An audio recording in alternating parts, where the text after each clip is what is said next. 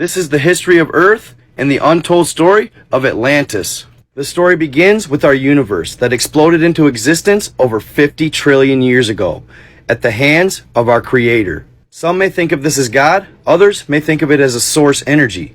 But in fact, God is the manager of our said universe, and the Creator is all that is. This consciousness exists and experiences everything 100%, even down to the smallest particle. And it doesn't just stop at our universe. There's multiple universes being created all the time. Big bangs are happening as you're watching this video. These multiple universes rolled into one are known as the cosmos, and the cosmos is our Creator. Our Creator is obviously an entirely different creature than you or I, and nobody really knows exactly what it is. Many cultures describe it as all that is. Earth began its journey about 600 billion years ago, the majority of that time being in a gas state, and only in the last 70 billion years has it began to change. Slowly but surely, it started to take shape, eventually becoming what it is today. We humans refer to it as Earth, but in the galaxy, they refer to it as Terra or Gaia, and at one time, it was even referred to as Shan. And for about 69 of those 70 billion years, there was no actual species that inhabited the planet. So it wasn't until about 1 billion years ago that an alien race would finally find their way here. At this time, they referred to the planet as Hyperborea, and the beings, Hyperboreans. This was a society of humanoids that lived alongside dinosaurs and whale-like creatures. They were covered in hair, had long snouts and long ears, and were about 1.5 meters tall.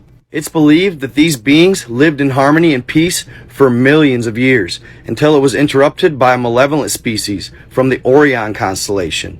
It's not clear whether it was the Pleiadian civilization or the Andromedans that actually caused the disruption, but it led to the first Great Earth War, and it took place over 8 million years ago. This conflict would end with great nuclear fallout, and it resulted in the drastic thinning of our atmosphere, allowing for the sun's rays to reach the surface at a much harsher rate. The surviving Hyperboreans couldn't handle the intense UV rays, so they started dying off from radiation poisoning. As a result, they retreated to the subterranean pockets, but this made way for new civilizations to thrive. And one of these civilizations were responsible for the rise and fall of one of the greatest mysteries in the history of our planet, the city of Atlantis. But before the rise of Atlantis, there was another civilization that would establish themselves, and they would call their land Mu, or Lemuria. The Lemurians were a peaceful faction. They were pure love and light and one with Mother Nature. So around 8 million years ago, the Hyperborean civilization would fall. This was the result of an evil alien faction infiltrating their society and pitting them against other species on the planet. The first Great Earth War would ensue, and it would push the Hyperboreans into the subterranean pockets. Following this Great Earth War, it would be millions of years before another civilization would come to inhabit Earth.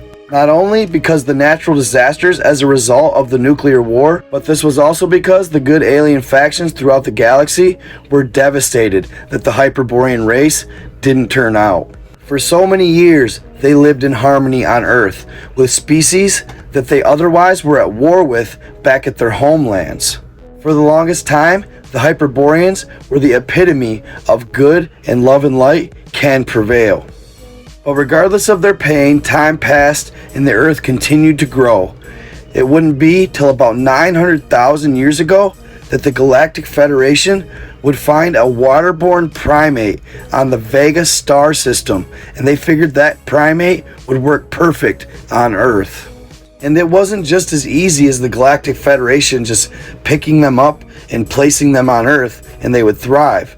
There was much more to it than that. They had to consult different factions on different aspects of the species. They had to put them together and make sure that the primate would survive a new Earth. It's a rigorous process that can take many hundreds of thousands of years, and it wasn't until around 900,000 years ago that they dropped these primates on Lemuria, or Mu, and they called them the Lemurians. These primates didn't look anything like we do today, and their consciousness took tens of thousands more years to develop.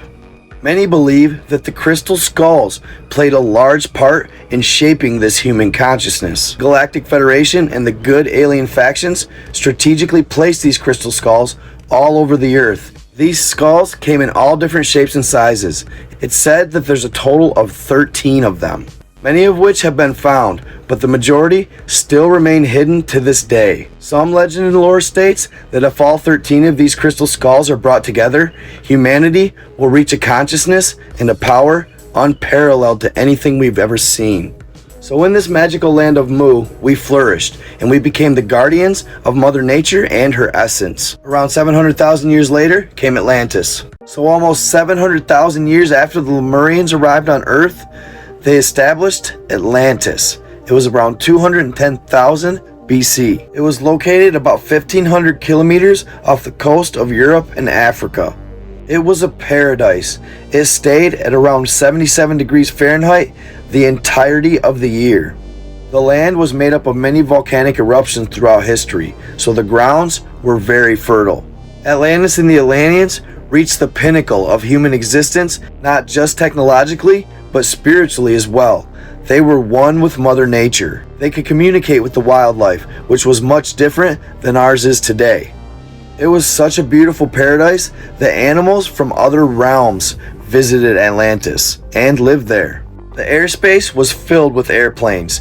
The people also built submarines, and they had free energy that was powered by quartz crystals. They even had a type of holographic television system, and if they created any waste, it was dematerialized and broken down. Everything was in harmony. Throughout the year, they held many ceremonies and gatherings with the Lemurians and other neighboring tribes.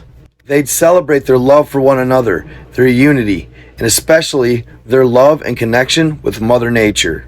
Indigenous populations referred to it as the Old Red Land, or the Island of Flame. This was because the soil on Atlantis was red, because it was so rich in copper and fertile. In addition to all this, a rare metal known as orichalcum could be harvested there, and it was laden throughout the city's buildings. For the longest time, many scientists didn't believe that it even existed, until in the last few years, a shipwreck produced 39 pieces of it. They were in such understanding and oneness with Mother Nature, they were able to grow and harvest 2 crops a year. This allowed them to easily feed the 20 million souls that inhabited the island. It was surrounded by beautiful coral reef unlike anything we've ever seen today. The lowlands, that covered 200,000 square kilometers, had miles of irrigation systems running throughout the entirety of it. They were used for the crops and by means of travel. Crystal energy was used throughout the entirety of Atlantis. They even had a portion of it that they called Emerald City. With the use of starlight, sunlight, and psychic energy, the quartz crystals would vibrate and communicate with each other over large distances. This enabled them to literally power everything through the airwaves, kind of like Wi-Fi now. This harmonious way of living went on for tens of thousands of years, and only in the last 26,000 year cycle did it change drastically.